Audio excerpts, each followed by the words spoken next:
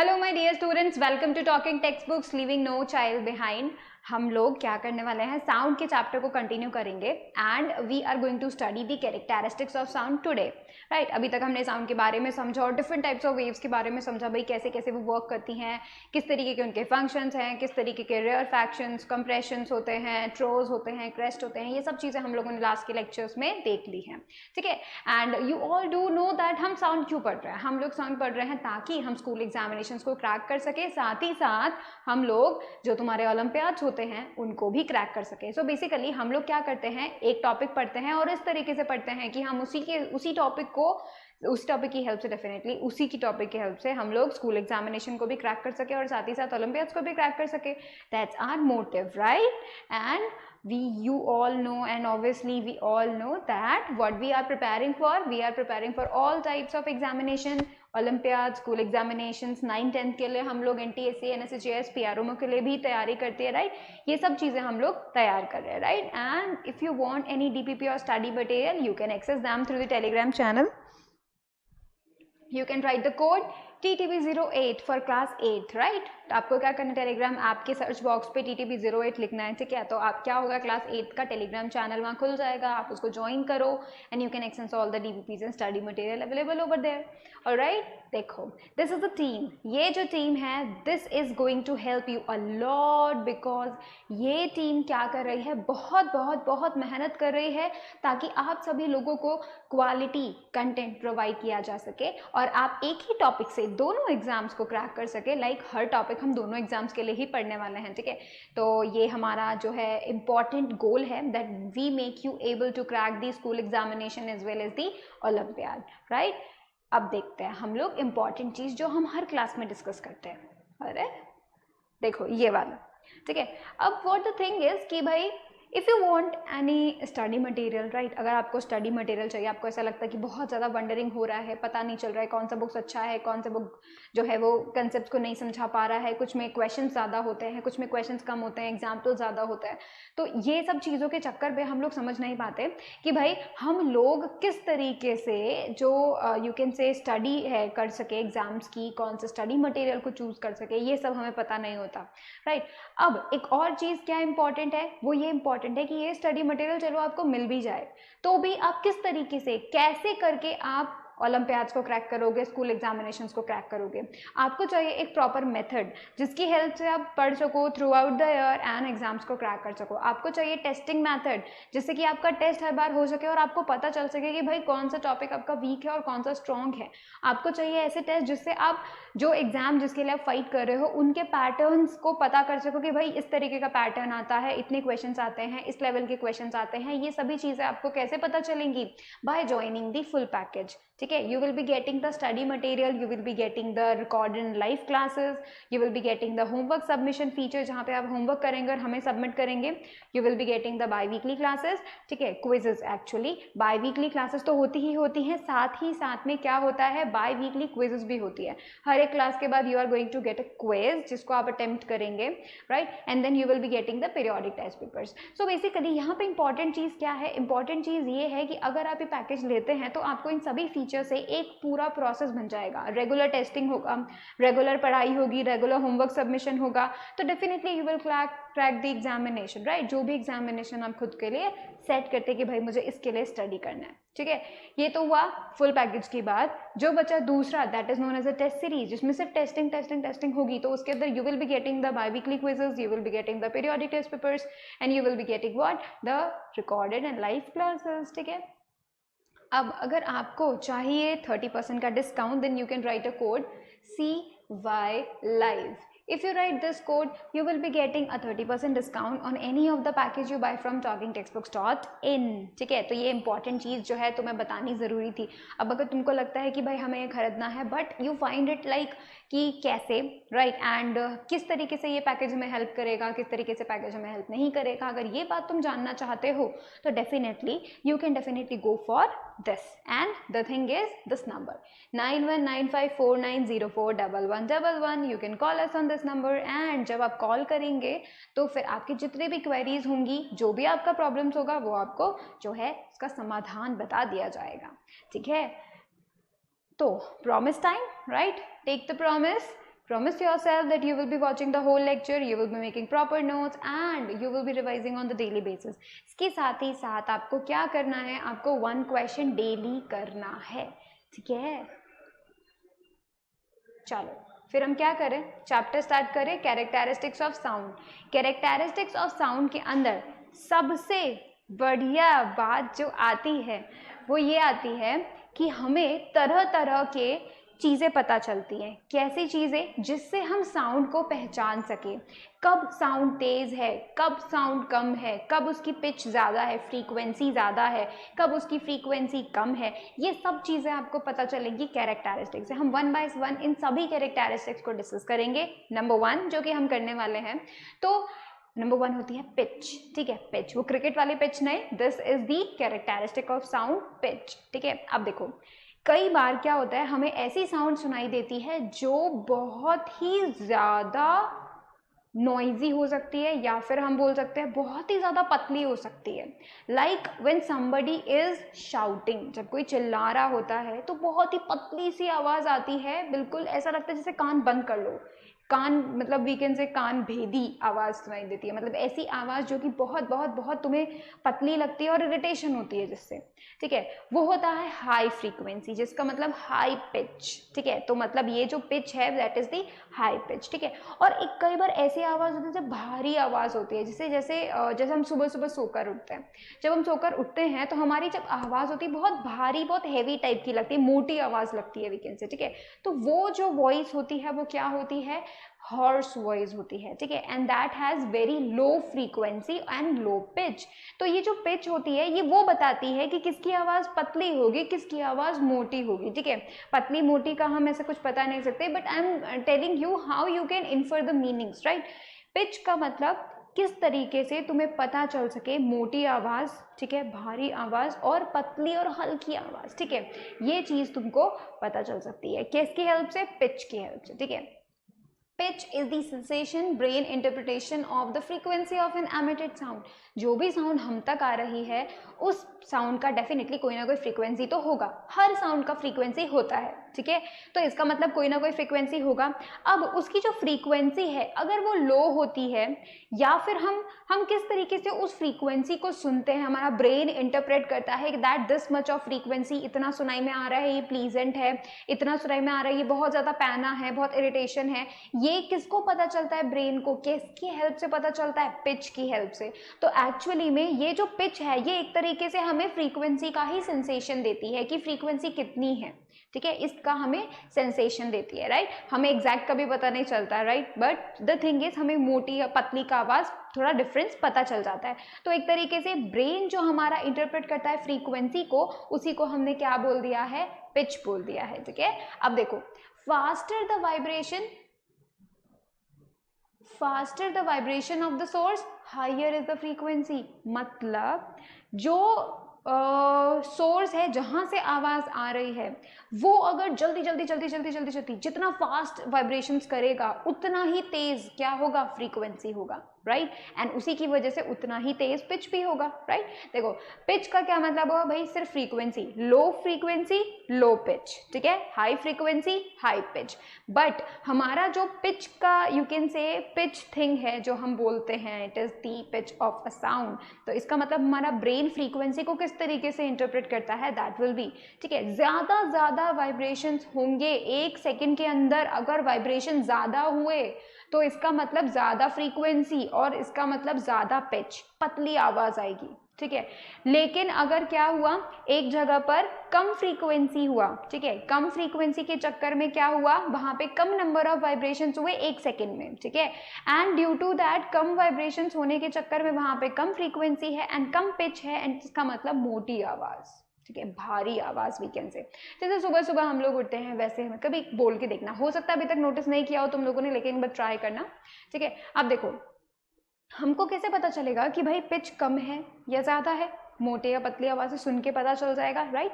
लेकिन जब हम कभी वेव्स को बनाते हैं, ठीक है, तो वो वेव्स को क्या हम कैसे बता सकते हैं, कैसे डिनोट कर सकते हैं, तो देखो इस तरीके से हम लोग डिनोट कर सकते हैं। कैसे, ये जो y एक्सिस है ना, इस y एक्सिस पे कौन है, डिस्प्लेसमेंट, ठीक है, पार्टिकल का डिस्प्लेसमेंट, मतलब पार्टिकल अपनी जगह से कितना दूर जा रहा है, ठीक है, वापस आ रहा है। देखो दूर जा रहा है तो मतलब ये दिखा रहा है, वापस आ रहा है तो ये दिखा रहा है, ठीक है। तो ये क्या है, टाइम के साथ पार्टिकल कहाँ है। Let's say I would like to, जैसे मान लीजिए ये 1 सेकेंड है, ठीक है, and this much is 2 second. अब देखो ये 1 सेकेंड है, ठीक है, तो मैं पता करना चाहती हूँ कि भाई 0.5 सेकेंड पे पार्टिकल कहाँ था। तो पार्टिकल कहाँ था, अपनी मेन पोजीशन पे था। कैसे पता चला तुम्हें, देखो कैसे पता चला, ये है 0.25 सेकेंड, ये है 0.5 सेकेंड, 0.75 सेकेंड, ठीक है। अब देखो तुम ध्यान से सुनो, मैं तुमको बोलूंगी कि अपने मेन पोजीशन से, let's say this is the particle, ठीक है, ये है पार्टिकल, और ये जो पार्टिकल है ना, इसको वेव ने हिट किया, इस पार्टिकल को वेव ने हिट किया। जैसे ही वेव आई पार्टिकल को हिट किया तो पार्टिकल ने क्या किया, पार्टिकल को एनर्जी मिली। अब वो जो एनर्जी की वजह से ये क्या करेगा, वाइब्रेशंस करेगा, ये यहाँ जाता है, ठीक है, तो उसको जाने में देर भी तो लगेगा, कुछ टाइम भी तो लगेगा, राइट। तो इसका मतलब क्या हुआ, यहाँ पे बोला जा रहा है हाईएस्ट पॉइंट मतलब अपनी पोजीशन से हाईएस्ट पोजीशन तक पहुंचने में उसको 2.5 सेकेंड्स लगे। तो मतलब अगर मैं 0.25 सेकेंड पे देखूं कि पार्टिकल कहाँ था, तो मुझे यहाँ मिलेगा उसकी हाईएस्ट डिस्प्लेसमेंट पे। अब क्या होगा, एक बार पार्टिकल इधर जाता है तो पार्टिकल वापस आता है ना अपनी मेन पोजीशन पे, तो वापस आ रहा है, तो मतलब उसको 0.25 सेकेंड्स और लगेंगे वापस आने में अपनी जगह पे। तो देखो आफ्टर हाफ सेकेंड वापस वो अपनी जगह पर आ गया। अब वो दूसरे तरफ जाएगा और यहाँ तक पहुँचने में भी उसको कितना टाइम लगेगा, 0.25 सेकेंड। तो देखो इधर वो नेगेटिव में मैक्सिमम चला गया है, राइट। और उसके बाद क्या होगा, जब वो वापस इस जगह से अपनी पोजीशन पे आएगा तो उसको वापस से 0.75 सेकेंड्स लगेंगे। तो देखो this is the main position, यहीं पे डिस्प्लेसमेंट कहाँ है, 0, अभी तो मेन पोजीशन पे आ गया ना, तो 1 सेकेंड के अंदर वो वापस अपना मेन पोजीशन पे आ गया। तो ये जो ग्राफ है ना, इसकी हेल्प से हम लोग क्या करते हैं, आवाज़ की डिफरेंट कैरेक्टरिस्टिक्स को देखते हैं, ठीक है। अब एक और चीज़ तुम्हें इंपॉर्टेंट देखनी है, वो क्या देखनी है कि भाई यहाँ पे हम सिर्फ डिस्प्लेसमेंट की बात कर रहे हैं। ऐसा मत सोचना कि ये ट्रांसवर्स वेव है, ये ट्रांसवर्स वेव नहीं है, ये है लॉन्गिट्यूडनल, बट हम लोग देख रहे हैं पार्टिकल अपनी जगह से दूर गया, उसको ग्राफ में कैसे दिखाएंगे वो हम लोग दिखाने की कोशिश कर रहे हैं, ठीक है। तो अब तुम देखो 1 सेकेंड के अंदर एक वेव, इमेजिन करो एक वेव ने क्या किया, 1 सेकेंड के अंदर ये एक ही वेव किया, this is called the one wave, मतलब एक ऑसिलेशन को हम बोलते हैं वन वेव, ठीक है। तो ये जो है ये एक ऑसिलेशन ही तो हुआ, पार्टिकल अपनी जगह से गया वापस आया, दूसरी तरफ गया वापस आया, तो एक ऑसिलेशन हुआ ना उसका, वही हमने किससे बताया है, वन वेव से बताया। ये जो वन वेव है मतलब वन ऑसिलेशन, और वो उसने कितने सेकेंड में किया, 1 सेकेंड के अंदर किया, ठीक है। तो क्या हुआ, इसका फ्रीक्वेंसी क्या हुआ, 1, ठीक है। 1 सेकेंड के अंदर कितने नंबर ऑफ वाइब्रेशन से वो फ्रीक्वेंसी होता है, ठीक है। मैं तुम्हें लिखी देती हूँ वरना तुम कंफ्यूज हो जाओगे। फ्रीक्वेंसी का क्या मतलब होता है, number of vibrations in 1 second, ठीक है। 1 सेकेंड के अंदर कितने वाइब्रेशंस किए, यानी कितने वेव आए, ठीक है। तो इसमें देखो this is the one wave and this is the one vibration, ठीक है। ये वन उसका ऑसिलेशन है, वन वाइब्रेशन है, ठीक है, वो 1 सेकेंड में उसने किया, दैट वुड बी फ्रीक्वेंसी। तो मतलब इस वेव का फ्रीक्वेंसी 1, ठीक है। ये देखो सेम टाइम इंटरवल, तो ये भी अगेन 1 सेकेंड होना चाहिए ना इस जगह पे। इस पे देखो कितनी वेव्स हैं, देखो यहाँ से स्टार्ट हो रही है, वापस अपनी जगह आ रही है 1 वेव, फिर स्टार्ट हो रही है, वापस अपनी जगह पे आ रही है 2 वेव। तो क्या हुआ, ये 2 वेव्स हो गई ना, 2 ऑसिलेशंस हुआ। पार्टिकल दूर गया अपनी जगह आया, दूसरे डायरेक्शन में दूर गया अपनी जगह आया, 1 ऑसिलेशन। पार्टिकल दूर गया अपने जगह आया, दूसरे डायरेक्शन में दूर गया अपनी जगह आया, 2 ऑसिलेशंस। तो यहाँ पे क्या हुआ, यहाँ पे 1 wave 2 wave, this is known as the 1 wave, ठीक है। यहाँ तक 1 वेव और यहाँ से लेके यहाँ तक 2 वेव। तो तुम खुद से देखो 1 सेकेंड के अंदर इसने 2 वेव कर ली, तो मतलब देखो ये तो फास्ट हुआ कि नहीं हुआ, 1 सेकेंड के अंदर उसने 2 वेव कर ली ना, तो इसका मतलब इसका फ्रीक्वेंसी कितना हुआ, 2, number of vibrations in 1 second. तो यहाँ पे इसका फ्रीक्वेंसी कितना हुआ, 2, ज्यादा फ्रीक्वेंसी तो इसका मतलब क्या होना चाहिए, ज्यादा पिच, एंड दैट्स व्हाई तुम्हें यहाँ से ग्राफ को देखते ही पता चल जाना चाहिए इसकी पिच कितनी है, ठीक है, तो तुम्हें पता चल गया है यहाँ पे इसकी पिच कितनी है। ऐसा नहीं बोल सकते, इसको नंबर से नहीं बता सकते, but this is the you can say high frequency. ठीक है, तुम फ्रीक्वेंसी कैलकुलेट कर सकते हो।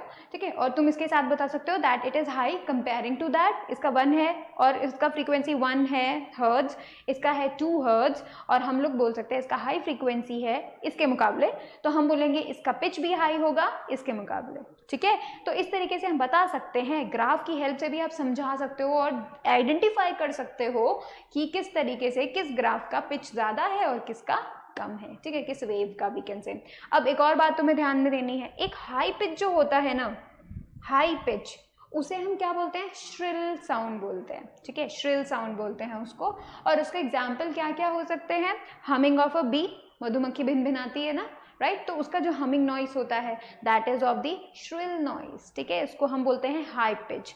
साउंड ऑफ गिटार, गिटार का जो साउंड होता है वो भी हाई पिच का होता है, नंबर ऑफ वाइब्रेशंस बहुत ज़्यादा होते हैं पार्टिकल्स के। ठीक है, तो तुम इसे समझ सकते हो that it is the shrill voice. ठीक है, उसी तरीके से जो लो पिच होती है, लो पिच को हम क्या बोलते हैं, हॉर्स साउंड। ठीक है, भारी आवाज़, ये घोड़े वाला हॉर्स नहीं है।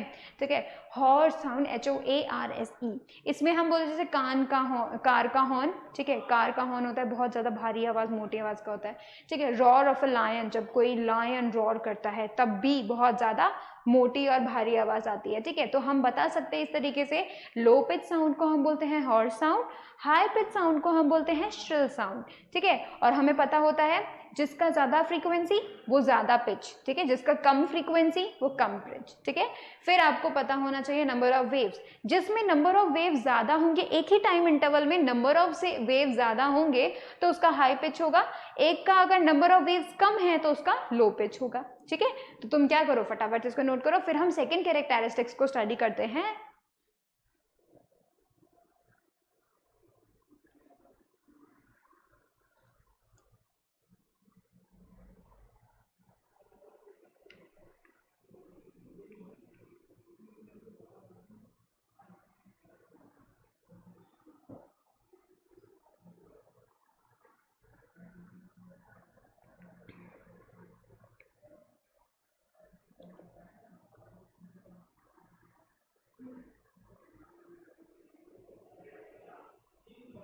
अब देखो, ये तो हमें पता चल गया। ठीक है, पिच के बारे में हमें पता चल गया।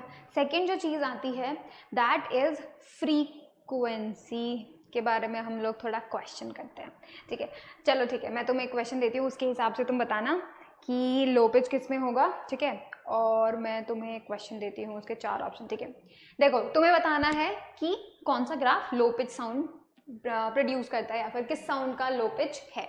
ठीक है, I am giving you 4 options, I am giving you 4 options. ठीक है, अरे ठीक है, ये मैं स्ट्रेट जो है, इस लाइन को आप सभी लोग स्ट्रेट मानेंगे। ये है एक्सिस जिस पे जो है टाइम है,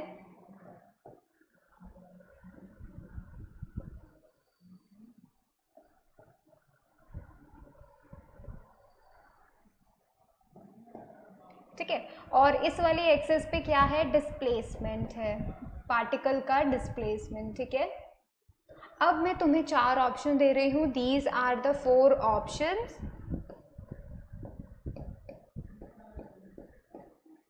है ना। अब देखो, यहां तक तुम मानो 1 सेकेंड। ठीक है, यहां तक तुम क्या मान सकते हो, this is the 1 second, 1 second, 1 second, 1 second, this is the 2 second, 2 second, 2 second और 2 सेकेंड। अब मैं ग्राफ बनाने जा रही हूँ। ठीक है, ठीक है, ये है हमारा फर्स्ट ग्राफ। ठीक है, फिर आता है सेकेंड ग्राफ, है ना, उसके बाद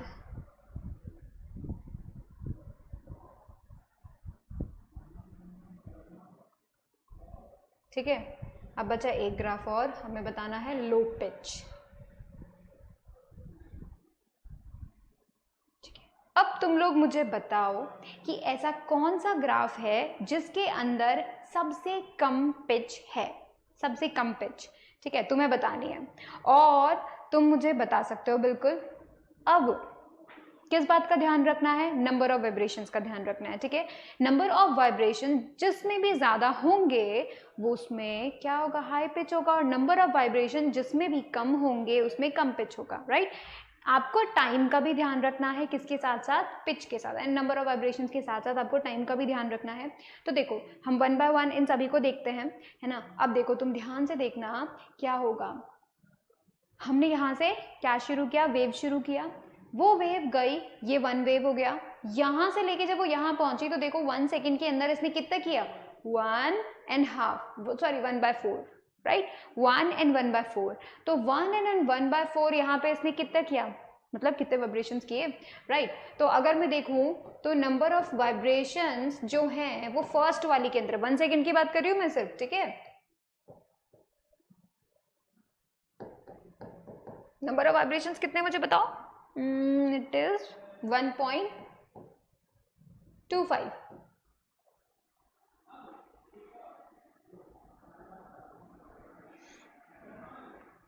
ठीक है। 1.25। अब तुम बोलोगे मैंने कैसे बताया? कैसे बताया? देखो अगर ये 1 वेव है तो मुझे बताओ कि क्या ये 1/4 नहीं होगा? मतलब देखो यहाँ से लेके यहाँ तक क्या ये 1/4 नहीं होगा? 1/4, 1/4, 1/4, 1/4 will give you 1, right? तो this is what? This is just 1/4, ठीक है। This is just 1/4। अब यहाँ पे देखो सेकेंड वाले की बात कर रहे हैं अपन, तो यहाँ पे देखो तुम, जब हम इसकी बात कर रहे हैं सेकेंड वाले के केस में, तो क्या हो रहा है? ये हुआ आधा आधा ऑसिलेशन, जब वापस जा रहे थे तो कितना हुआ? सिर्फ 1/4, तो ये क्या हो गया? 0.75, और यू कैन से कितना? 3/4। तो नंबर ऑफ वाइब्रेशंस कितने हैं? 3/4। इसमें अगर मैं लिखना चाहूँ ना तो मैं इसमें इसको उसमें लिख सकती हूँ 1 + 1/4, तो इट वुड बी 4, 5/4 हम लोग लिख सकते हैं इसको, ठीक है। 5/4, 3/4। अब हम सी ऑप्शन में करते हैं। सी ऑप्शन के अंदर देखो this is the number 1 wave, 2 wave, 3 wave, ठीक है, और हल्का सा जो है आगे चला गया, तो it shed like 3 point something, ठीक है। तो इसके अंदर कितना वेव हो जाएगा? 3 पॉइंट समथिंग समथिंग, ठीक है। तो 3 से ज्यादा, greater than 3 number of vibration हो गए। डी ऑप्शन में देखो यहाँ तक सिर्फ हाफ आ रहा है, 1 सेकेंड में सिर्फ हाफ आ रहा है, और फिर जाके वो कंप्लीट हो रहा है, राइट। तो अगर मैं 1 सेकेंड तक की बात करूँ तो कितना हो रहा है? हाफ, तो इट बी लाइक 1/2 हाफ, है ना। अब देखो तुम खुद से देखो सबसे ज्यादा कम, सबसे कम कौन है, क्योंकि हमें तो लो पिच साउंड बताना है ना, तो मतलब number of vibration should be low. तो देखो हाफ 3 तो बहुत बड़ा हो गया, तो 3 तो कैंसिल। 3/4 देखो वो भी हाफ से तो ज्यादा ही होता है ना, तो ये कैंसिल। 5/4 ये कैंसिल। तो हमारा जो करेक्ट ऑप्शन कौन होगा? वो हो जाएगा डी ऑप्शन, ठीक है। तो ये जो डी ऑप्शन है ये क्या है? करेक्ट वन है ना। तो इस तरीके से हम पता कर सकते हैं किसी भी साउंड का, अगर तुम्हें ग्राफ दिया हो, इस तरीके का ग्राफ दिया हो, तो तुम बिल्कुल पहचान सकते हो कि कौन सी वाइब्रेशंस में, या फिर you can say number of vibrations तो पता कर ही सकते हो, उसके साथ साथ तुम बता सकते हो पिच किसका ज्यादा है, पिच किसका कम है, ठीक है। तो ये चीज तुम खुद से बता सकते हो। इसका पिच बहुत कम है, क्यों? क्योंकि नंबर ऑफ वाइब्रेशंस भी बहुत कम है, ठीक है। चलो अब हम अगला देखते हैं, दैट इज एम्पलीट्यूड, ठीक है। एम्पलीट्यूड और लाउडनेस या फिर सॉफ्टनेस, ठीक है। अब देखो ध्यान से, लाउडनेस और softness of a sound wave is the sensation that depends upon its amplitude. जैसे फ्रीक्वेंसी के ऊपर पिच डिपेंड करता है, राइट। फ्रीक्वेंसी के ऊपर पिच डिपेंड करता है ना, फ्रीक्वेंसी ज्यादा हुई तो पिच ज्यादा, फ्रीक्वेंसी कम हुई तो पिच कम। इसी तरीके से लाउडनेस और सॉफ्टनेस पे डिपेंड करता है एम्पलीट्यूड, ठीक है। तो मतलब हमें पता होना चाहिए कि जो ये एम्पलीट्यूड होता है वो क्या होता है। जैसे कोई तेज, बहुत ज्यादा तेज आवाज होती है, ठीक है, कोई बहुत ही धीमी सी आवाज होती है, ठीक है। जैसे लेट्स से तुम्हारी क्लास के अंदर टीचर कुछ बोल रही है, ठीक है। टीचर की जो आवाज होगी सबसे पहले बच्चे को जो सुनाई देगी उसको बहुत लाउड सुनाई देगी, क्योंकि बहुत पास है वो सोर्स के, राइट। लेकिन जो क्लास में सबसे पीछे बैठा हुआ है उसको तो वो बहुत कम सुनाई देगी, क्योंकि वो बहुत दूर है, राइट। तो क्या हुआ, ज्यादा और कम जो आवाजें हैं वो पता चली किससे? एम्पलीट्यूड से। एक आवाज जो बहुत ही लाउड है, ठीक है, बहुत ज्यादा लाउड है, तो उसके लिए क्या होगा? एम्पलीट्यूड ज्यादा ज़्यादा, और एक आवाज़ जो कि बहुत सॉफ्ट है, हल्की है, उसके लिए एम्पलीट्यूड क्या होगा, सबसे कम, ठीक है, कम एम्पलीट्यूड उसका होगा। ये चीज़ हमको जो है ध्यान में रखनी होती है। और ये चीज़ हम कैसे बता सकते हैं, ग्राफ की हेल्प से हम कैसे बता सकते हैं। देखो ये जो एम्पलीट्यूड है, जो मैं लाउडनेस बोल रही हूँ, जो मैं सॉफ्टनेस बोल रही हूँ, तो ये जो लाउडनेस है मतलब उसमें एनर्जी ज़्यादा है, एनर्जी जो है वो ज़्यादा है। तो अब देखो एनर्जी ज़्यादा होगी तो क्या होगा, पार्टिकल वाइब्रेट करेगा। जब हम पिच की बात कर रहे थे तो उसमें क्या होता था, अगर एक पार्टिकल ने नंबर ऑफ वाइब्रेशन जल्दी जल्दी जल्दी जल्दी कर लिए एक सेकंड में, तो ज़्यादा उसका फ्रीक्वेंसी हो जाएगा, राइट, नंबर ऑफ वाइब्रेशंस की बात हो रहे थे। अब यहाँ पे क्या हो रहा है, जब हम एम्पलीट्यूड की बात करें तो उसका मतलब पार्टिकल अपने मीन पोजीशन से कितना दूर गया है। ज़्यादा अगर एनर्जी होगी यानी कि ज़्यादा लाउडनेस होगा, ज़्यादा एम्पलीट्यूड होगा, तो पार्टिकल दूर तक जाएगा, वापस आएगा, फिर दूसरे तरफ दूर तक जाएगा, वापस आएगा, ठीक है। तो मतलब यहाँ पे क्या हो रहा है, डिस्प्लेसमेंट बढ़ रहा है, ठीक है। एम्पलीट्यूड में क्या होता है, डिस्प्लेसमेंट बढ़ रहा होता है, ठीक है। ये चीज़ हमको पता होनी चाहिए। ज़्यादा एनर्जी लाउडनेस, ठीक है, कम एनर्जी सॉफ्टनेस, ठीक है। तो देखो लाउड साउंड वेव क्या करती है, ज़्यादा एनर्जी एक तो खुद के साथ कैरी करती है, ठीक है, साथ ही साथ can be heard at large distance, दूर तक सुनाई देती है, क्योंकि एनर्जी वहां तक खत्म होते होते होते बहुत दूर तक चले जाती है, ठीक है। तो कोई ज़्यादा बिल्कुल स्ट्रॉन्ग वॉइस में, लाउड वॉइस में अगर कोई बोलता है ना, तभी क्लास में पीछे तक आवाज़ जाती है ना। कोई अगर सॉफ्ट बोलेगा तो आगे वाला बच्चा ही बस वही सुन पाएगा, पीछे वाले बच्चे तो बिल्कुल सुन ही नहीं पाएंगे, क्योंकि वो लाउड नहीं होगा, वो सॉफ्ट होगा, और साथ ही साथ उसका एनर्जी भी कम होगा, राइट। तो ये चीज़ तुम्हें ध्यान रखनी है। अब हम देखते हैं कि ग्राफ में हम उसको कैसे रिप्रेजेंट कर सकते हैं। ग्राफ में रिप्रेजेंट करने के लिए हमें क्या करना पड़ेगा, मैंने तो बताया डिस्प्लेसमेंट देखना है, ये तो मैं बताया।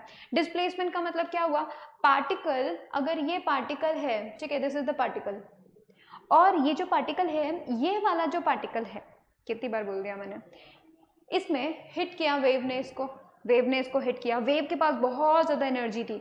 जब वेव के पास बहुत ज़्यादा एनर्जी होगी तो ये पार्टिकल दूर तक जाएगा, फिर वापस आएगा, फिर नेगेटिव साइड में दूर तक जाएगा, फिर वापस आएगा। तो मतलब क्या हुआ, इसका ये जो डिस्प्लेसमेंट है ये बढ़ गया, अपने मीन पोजीशन से जो मैक्सिमम डिस्प्लेसमेंट है वो बढ़ गया, राइट। एनर्जी से यही होता है और यही एम्पलीट्यूड भी होता है, जब डिस्प्लेसमेंट बढ़ जाता है। तुम कैसे ग्राफ से बताओगे, देखो इसका मतलब कि जो मैक्सिमम ग्राफ है, you can say maximum limit जिससे डिस्प्लेसमेंट हो रहा है, this is the displacement, right. तो इतना बड़ा होना चाहिए इसका डिस्प्लेसमेंट। अब देखो अगर कम डिस्प्लेसमेंट होता है, मतलब ये पार्टिकल अगर कम दूर तक जाता है, तो फिर क्या होगा, इसका लो एम्पलीट्यूड, लो हम लोग बोल सकते हैं कि ये सॉफ्ट वॉइस है, ठीक है। अब अगर हम इसको देखें तो देखो ये वाला कितना ज्यादा है, मतलब this displacement from the mean position is very much high as compare to this, इससे तो ज्यादा है ना।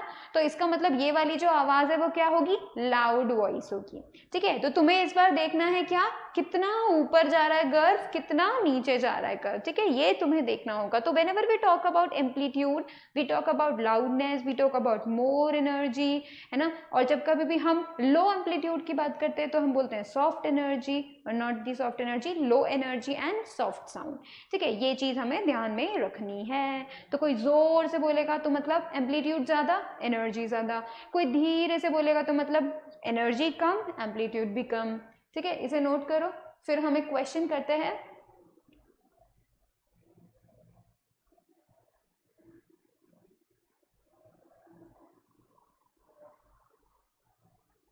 ठीक है, अब हम क्या करते हैं, एक क्वेश्चन कर लेते हैं, और मैं तुम्हें एक क्वेश्चन देती हूँ वापस से।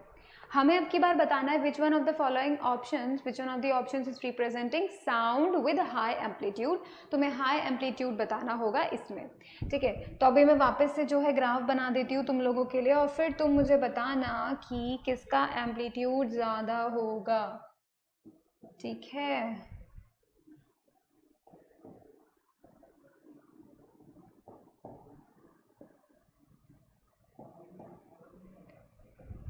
दिस इज डिस्प्लेसमेंट, ठीक है, this is option A, option B, option C and D. अब मैं कर्व बना रही हूँ, ग्राफ बना रही हूँ, ठीक है। यहाँ तक तुम लोग, एक मिनट रुक जाओ, मैं टाइम को भी मेंशन कर दूँ ना।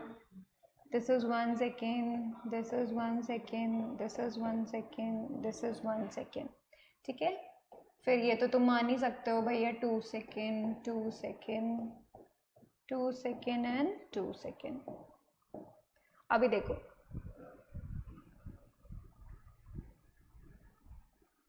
ठीक है, this is the option 1, this is option 2, option 3,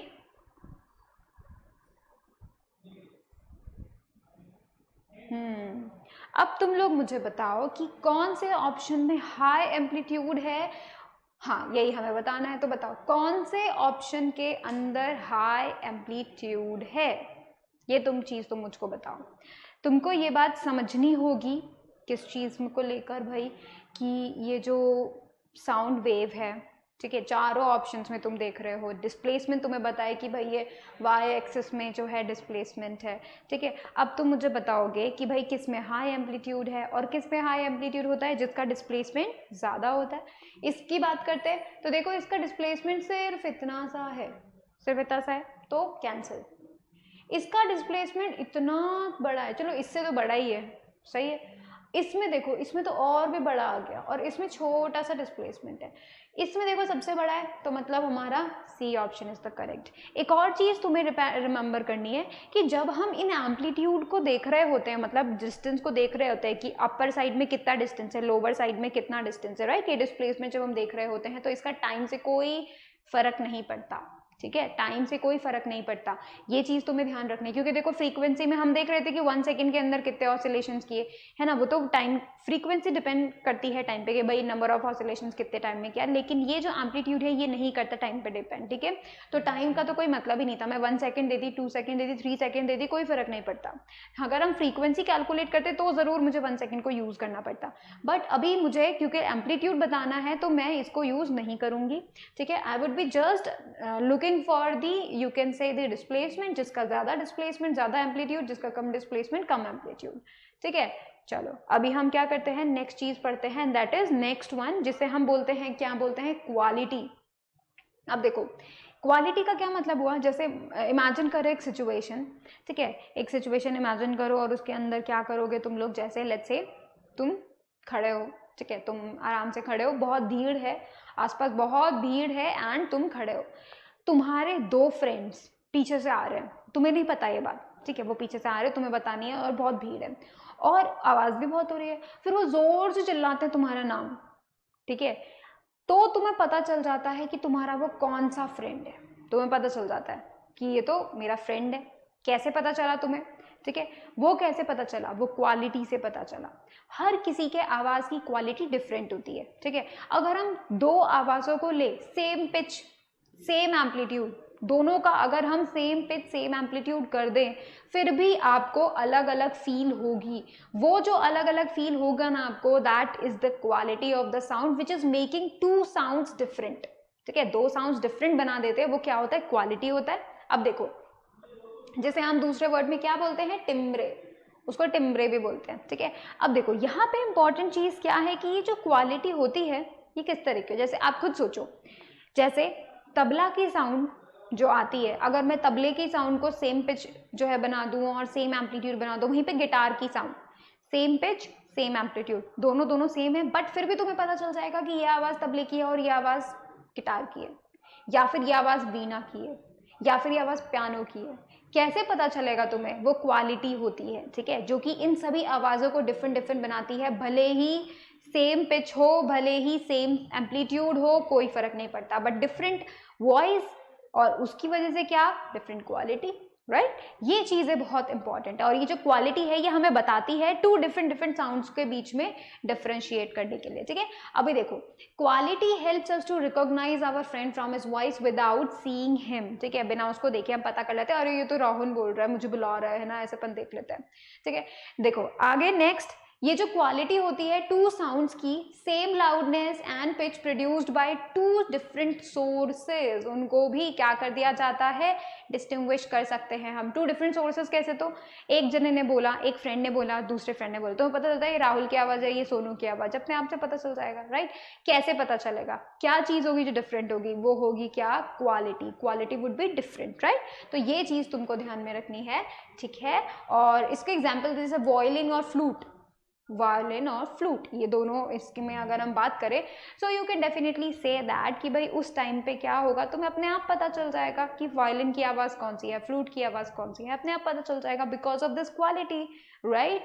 now अब तुम आराम से पता कर सकते हो कि भाई जो क्वालिटी होती है उसकी वजह से ही हम अलग अलग साउंड अलग अलग लगती हैं, ठीक है। चलो नेक्स्ट हम देखते हैं इंटेंसिटी। इंटेंसिटी क्या होती है? देखो इंटेंसिटी का क्या मतलब हम लोग देख सकते हैं, जैसे मैं आपको बताती हूँ कि साउंड एनर्जी जा रही है, ठीक है, कितनी साउंड एनर्जी जा रही है, कितने टाइम में, that would be giving you what, the intensity, ठीक है। कितनी साउंड एनर्जी जा रही है, कितने टाइम में जा रही है, that is giving you what, the intensity, ठीक है। तो इंटेंसिटी का एक फॉर्मूला होता है, इंटेंसिटी का फॉर्मूला होता है, वो क्या होता है, साउंड एनर्जी, क्योंकि डेफिनेट सी बात है हम इसमें सिर्फ साउंड एनर्जी की बात करते हैं, ठीक है। तो साउंड एनर्जी, अब ये साउंड एनर्जी कितने एरिया में से जा रही है, कितने टाइम में जा रही है, that is giving us the intensity, वो हमको क्या दे रही है, इंटेंसिटी दे रही है, ठीक है। इसका यूनिट देखो, यूनिट जो है वो क्या होता है, इंटेंसिटी का यूनिट, अगर हम यूनिट देखें तो साउंड एनर्जी का क्या होता है, जूल, एरिया का मीटर स्क्वायर और टाइम का सेकेंड। जूल पर सेकेंड को अपन पावर भी बोलते हैं ना, पावर यानी वॉट, है ना। अभी देखो ध्यान से देखो कि इंटेंसिटी का क्या मतलब हुआ, इंटेंसिटी का मतलब हुआ कि भाई कितना एनर्जी जा रही है, कितना एनर्जी जा रही है, ये चीज होती है इंटेंसिटी, ठीक है। अब जैसे मान लो, दिस इज द साउंड, ठीक है। मान लो ये एक सोर्स है, ये हमने एक छोटा सा एक आप क्या बोलते हैं उसको, जिसमें से साउंड बाहर आती है, स्पीकर्स, ठीक है। तो हमने स्पीकर्स लिए, ठीक है, और छोटा सा स्पीकर हमने यहाँ रख दिया। अब मैं तुम्हें बताती हूँ कि इंटेंसिटी क्या होती है। हमने क्या किया, एक एरिया, ठीक है, एक you can say 1 metre square का एरिया या फिर 1 सेंटीमीटर स्क्वायर, तुम्हारे हिसाब से तुम उसको देखो, this is the 1 metre square area, let's say 1 centimetre square area है। फिर अगला है ना, यहीं पे इस जगह पे भी मैंने क्या किया, 1 सेंटीमीटर स्क्वायर का एरिया रख दिया। अब वेव्स आएंगी, स्पीकर के अंदर से वेव किस तरीके से आएंगी, यहां से ऐसे जाएगी, यहां से ऐसे जाएगी, यहां से ऐसे जाएगी, यहां से ऐसे जाएगी, ठीक है। अब तुम खुद से देखो, ये ऐसे जा रही है, ये ऐसे जा रही है, ये ऐसे जा रही है, ठीक है, ये ऐसे जा रही है, ये ऐसे जा रही है। अब तो मुझे बताओ इस 1 सेंटीमीटर स्क्वायर एरिया में से कितनी एनर्जी जाएगी, साउंड वेव्स कितनी जा रही है, तुम कुछ देखो, यहाँ से होगा तो हमें पता है ना कि भाई जब साउंड से ये तो कम दूरी पे है तो वी विल बी गेटिंग, यहाँ पे जो साउंड एनर्जी है वो बहुत ज़्यादा होगी क्योंकि सोर्स के बहुत पास रखा है, हमने ये चीज़ देखी थी ना। अब देखो अगर क्योंकि जो एरिया है वो अगर सोर्स के पास होता है तो बहुत ज़्यादा एनर्जी, यानी कि उस जगह पे उस एरिया पे 1 सेकेंड के अंदर कि उस 1 मीटर स्क्वायर वाला जो एरिया है उसके अंदर 1 सेकेंड के अंदर कितनी एनर्जी पास ऑन हो रही है, that is the intensity of the sound. और अगर वो एरिया कहीं दूर रखा होगा तो उस एरिया के अंदर से 1 सेकेंड के अंदर कितना साउंड एनर्जी जा रही है, that would be giving it the intensity again. तो सोर्स के पास अगर हम रखेंगे, सोर्स के पास की बातें करेंगे तो intensity would be greater, source से दूर चले जाएंगे तो इंटेंसिटी वुड बी लेस, क्योंकि साउंड की एनर्जी जो होगी सोर्स के पास तो ज़्यादा होगी और दूर हो जाएगी जैसे जैसे सोर्स से दूर चले जाएंगे, राइट। उसी तरीके से आप खुद से देखो, क्योंकि ये चीज़ एनर्जी पे डिपेंड करती है तो ये एम्पलीट्यूड देखो कम हो गया है ना, मैंने तुम बताया था ना, हाई एम्पलीट्यूड का मतलब होता है ज़्यादा एनर्जी। तो देखो इसका एम्पलीट्यूड कम था, लो एनर्जी, इसका एम्पलीट्यूड बहुत ज़्यादा है, देखो डिस्टेंस कितना ज़्यादा है, तो कितना ज़्यादा एम्पलीट्यूड है, ज़्यादा एनर्जी है, एंड दैट्स वाई इसकी इंटेंसिटी भी क्या होगी, ज़्यादा होगी। साउंड एनर्जी पे डिपेंड करता है ना, इंटेंसिटी ज़्यादा होगी, इसकी इंटेंसिटी कम होगी, राइट। ये चीज़ मैं तुमको बताना चाहती हूँ। अब देखो intensity of a sound is defined as, उसका डेफिनेशन देखो, sound energy transferred per unit time per unit area placed perpendicular to the direction of the propagation of sound. Sound जिस डायरेक्शन में जा रही है उसके परपेंडिकुलर मैंने ये क्या रखा है, एरिया रखा है, ठीक है। और इस एरिया के अंदर से कितने टाइम में एनर्जी कितनी जा रही है वो हमें क्या बताएगा, इंटेंसिटी बताएगा, ठीक है। अब एक और चीज, intensity of a sound is an objective physical quantity. Objective physical quantity क्या होती है, तुमने वो पेपर दिए, सब्जेक्टिव ऑब्जेक्टिव पेपर दिए, देखो स्कूल का एग्जामिनेशन कैसा होता है? सब्जेक्टिव होता है। सब्जेक्टिव का मतलब उसमें आता है तुम्हें पूरा क्वेश्चन आता है, right the name of the let's say parts of the flower, ठीक है, right the name of the parts of the flower. तुम क्या करोगे, कॉपी में पूरा अच्छे से सजा सजा के सुंदर सुंदर हैंड राइटिंग में पूरा आंसर लिखोगे, ठीक है। वो आंसर डिफरेंट डिफरेंट हो सकता है, ठीक है। लेट्स से तुमने लिखा है the part of the flowers are, फिर उनको स्टेट कर दिया, किसी ने लिख दिया there are various parts of the flowers, ठीक है, and some of them are this, तो थोड़ा चेंज हो गया ना आंसर। दो बच्चों का सेम क्वेश्चन है, अलग अलग आंसर है, ये क्या हुआ, ये एक सब्जेक्टिव क्वांटिटी हो गई, ठीक है। वहीं पे ऑब्जेक्टिव पेपर भी होता है, मतलब 4 ऑप्शंस वाले, अब सबका ऑप्शन सेम होना चाहिए, सबने अगर करेक्ट किया है, राइट, किसी ने ए बोला है तो ए ही ए, सबका ए ही होना चाहिए ना आंसर, चेंज तो नहीं होगा ना किसी का आंसर, तो दैट इज द ऑब्जेक्टिव। मतलब एक ऐसी वैल्यू जो सबके लिए सेम हो, वो क्या होती है, ऑब्जेक्टिव क्वांटिटी। और एक ऐसी वैल्यू जो सबके लिए डिफरेंट डिफरेंट होती है, वो क्या होती है, that's the subjective, right. Objective का मतलब कि भाई सबके लिए फिक्स, ठीक है, और जो सबके लिए डिफरेंट डिफरेंट होती है उसे हम बोलते हैं सब्जेक्टिव। जैसे मैं तुम्हें बताती हूँ कि अभी जैसे हमने क्लास वाला एग्जाम्पल लिया था, तो क्लास वाले एग्जाम्पल में हमने क्या किया था कि कोई बच्चा है ना, वो आगे बैठा है, एक बच्चा पीछे बैठा है। जो बच्चा आगे बैठा है उसे टीचर की आवाज़ ज़्यादा सुनाई देगी क्योंकि उसको एनर्जी ज़्यादा मिल रही है, साउंड एनर्जी उस तक ज़्यादा पहुँच रही है, ठीक है, तो उसको क्या होगा, ज़्यादा सुनाई में आएगा। पीछे बैठने वाला बच्चा, उसको कम सुनाई में आएगा, क्यों, क्योंकि उस तक जाते जाते एनर्जी कम हो जाती है, तो वहाँ पे उस तक लो एनर्जी पहुँच रही है। जब उस तक लो एनर्जी पहुँच रही है तो उसकी वजह से क्या हो रहा है, वहाँ पर उसको कम एनर्जी पहुँच रही है, जिसकी वजह से उसको कम साउंड सुनाई में दे रही है, राइट। अब तुम मुझे खुद से बताओ कि when we talk about this intensity, जब हम इस इंटेंसिटी की बात कर रहे हैं, तो ये सामने वाले बच्चे के लिए वुड बी डिफरेंट, पीछे वाले बच्चे के लिए वुड बी डिफरेंट, राइट, लेकिन हम कैलकुलेट कर सकते हैं उसको, ठीक है, एक आवाज़ कैलकुलेट कर सकते हैं। अगर उसी के पास जैसे लेट्स से आगे 2-3 बच्चे बैठे, तो उन सभी के पास सेम एनर्जी पहुंच रही है, उन सभी के वैल्यू इंटेंसिटी की वुड बी सेम, राइट। एक और चीज़ यहाँ पे इंपॉर्टेंट होती है, और वो चीज़ क्या इंपॉर्टेंट होती है, सब्जेक्टिव क्वांटिटी का, जैसे पिच, ठीक है, एक ही साउंड किसी को बहुत ही प्लीजेंट लग सकती है, किसी को बहुत ही कम लग सकती है, ठीक है, या फिर हो सकता है उसको सुनाई नहीं देता हो, या फिर यू कैन से उसको कोई डिफेक्ट हो। तो ये जो पिच है या फिर ये जो एम्पलीट्यूड है, ये सबके लिए डिफरेंट डिफरेंट होते हैं। किसी को लाउड वॉइस पसंद है, किसी को लाउड वॉइस पसंद नहीं है। तो अगर लाउड साउंड बज रही है तो जिसको पसंद है वो तो खुश हो जाएगा कि भाई मुझे मेरा साउंड मुझे पसंद आ रहा है, ये तो मैं खुश हूँ। किसी के पास वो लाउड साउंड उसको नहीं पसंद, उसके लिए बहुत इरिटेटिंग होता है, तो उसके लिए वो नहीं है, उसको नहीं पसंद, उसको सुनना, वो नहीं सुन सकता है, राइट। कई कई बच्चों को क्या होता है, अलग अलग टाइप की साउंड्स होती हैं, तो जिस एक साउंड जिसके लिए प्लीजेंट, जिसके लिए नहीं, तो ये क्या हुआ, सब्जेक्टिव हुआ, डिफरेंट डिफरेंट हुआ।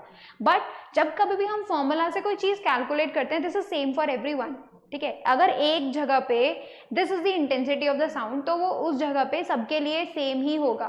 बट अगर हम फ्रीक्वेंसी की बात करें, एम्पलीट्यूड की बात करें, ठीक है, तो एक जगह पे उसके लिए वो डिफरेंट डिफरेंट हो सकते हैं, ठीक है, उनके कान की कैपेसिटी पे डिपेंड करता है। तो देखो बच्चों, हम लोगों ने अभी तक जितनी भी चीज़ें पढ़ी हैं, कैरेक्टरिस्टिक्स लाइक पिच, ठीक है, एम्पलीट्यूड, ठीक है, फिर क्वालिटी, देन इंटेंसिटी, तो हमने ये जो हैं वो पढ़ी है, ठीक है। अब ये सारी चीज़ों के बाद आपको पता चल जाएगा कि आप किस तरीके से साउंड को डिफर कर सकते हो, ठीक है, अलग अलग बता सकते हो, ये किसी और की, किसी की ज़्यादा है, किसी की ज़्यादा एनर्जी, किसी का कम एनर्जी, ये सब तुमको पता चल जाएगा, राइट। तो देखो, ये सारी चीज़ें आपको अब क्या करनी है, रिविजन करनी है, ठीक है, आपको पूरा का पूरा रिविजन करना है। एंड उसके बाद आपको क्या करना है, आपको फिर नेक्स्ट लेक्चर के लिए रेडी होना है, राइट, क्योंकि उसके बाद हम क्या करेंगे, बाकी और चीज़ें भी स्टडी करेंगे, लाइक साउंड का डिफरेंट डिफरेंट मीडियम्स में कैसा होता है उसका स्पीड, राइट, इंटेंसिटी का यूनिट क्या होता है, ये सब चीज़ें हम लोग फिर नेक्स्ट लेक्चर में जो है डिस्कस करेंगे, right. And this is the important thing बेटा, जब तुम कभी भी साउंड को स्टडी करो तो ये चीज़ें इंपॉर्टेंट है, क्यों, क्योंकि कैलकुलेशन में हेल्प मिलेगी, आपको पता चलेगा why this is so much different. जैसे फ्रीक्वेंसी का, पिच का जो रोल है, तो ह्यूमन्स का अलग टेंडेंसी है कि वो कितना पिच ले सकते हैं, और अगर अदर एनिमल्स का डिफरेंट होता है, राइट। तो ये जो चीज़ें होती हैं ये सभी की सभी साउंड पे डिपेंड होती है, राइट, एंड दैट्स व्हाई इनसे ज़्यादा क्वेश्चंस भी आते हैं, इंटेंसिटी के बारे में, एम्पलीट्यूड के बारे में, इनसे ज़्यादा क्वेश्चंस भी आते हैं एग्जाम्स में, right. And that is the main thing, हम लोग के लिए क्या है, मेन सब यही है कि हम लोग को एग्जाम्स के लिए भी स्टडी करना है नॉलेज के साथ साथ, तो हमको प्रिपेरेंस भी ज़्यादा करनी होगी, ठीक है। तो अभी आपको इंटेंसिटी का फॉर्मूला याद करना है, ठीक है। आपको पिच, साउंड का जो फ्रीक्वेंसी है, एम्पलीट्यूड, क्वालिटी, इन सबको देखना है। अलग अलग ग्राफ्स में तुम देखो किस तरीके से तुम पहचान सकते हो एम्पलीट्यूड कितना ज़्यादा है कितना कम है, किस तरीके से तुम पिच पहचान सकते हो कितना ज़्यादा है कितना कम है, ठीक है। ये सारी की सारी चीज़ें तुम्हें पता होनी चाहिए, ठीक है। जब तुम्हें ये बातें पता चल जाएंगी तो तुम साउंड को आइडेंटिफाई करने लग जाओगे। उसके बाद हमें और भी बहुत सारी चीज़ें पढ़नी है, like the reflection of the sound, ई को पढ़ना है, ठीक है। बाकी और सभी चीज़ें जो हम लोग की साउंड के बारे में बची हुई है वो सब डिस्कस करना है, ठीक है। ये बहुत बहुत बहुत बहुत इंपॉर्टेंट चीज़ें हैं। So you should prepare for the next lecture, ठीक है। आपको क्या करना है, सारे कैरेक्टरिस्टिक जो मैंने आज तुम्हें पढ़ा है वो करना है। फिर हम उसके वेव के टर्मिनोलॉजीज को भी स्टडी करेंगे, लाइक एम्पलीट्यूड क्या होता है, वेवलेंथ क्या होता है, फ्रीक्वेंसी, वो सब हम वापस से देखने वाले हैं, ठीक है। So thank you so much for watching the video. Please like it, share it, subscribe it. Do not forget to click on the bell icon. And what you have to do is you have to remember daily that आपको daily revision करना है, ठीक है। daily का daily आपको revision करना है, that is important. Thank you so much.